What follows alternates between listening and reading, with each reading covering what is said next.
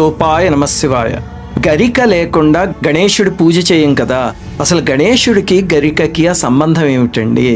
అలాగే ఆయన తలపైన చంద్రవంక ఉంటుంది, చేతిలో కమలాలు ఉంటాయి. ఏమిటివన్నీ అంటే వీటన్నిటి వివరాలు గణేశ పురాణంలో ఉన్నాయి.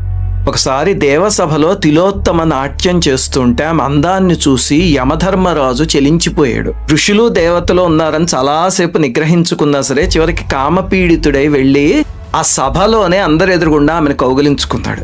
తిలోత్తమ కూడా ఇబ్బంది పడింది. ఆయన అభాసుపాలయ్యాడు. అందరూ నవ్వారు, అవమానించారు. వెళ్ళిపోతూ ఉండగా ఆయన రేతస్సు పతనమైంది. కామము అవమానము అవి రెండు కలగలిపిన క్షణంలో పడిన తేజస్సు కాబట్టి తామసిక రూపం ఉద్భవించింది.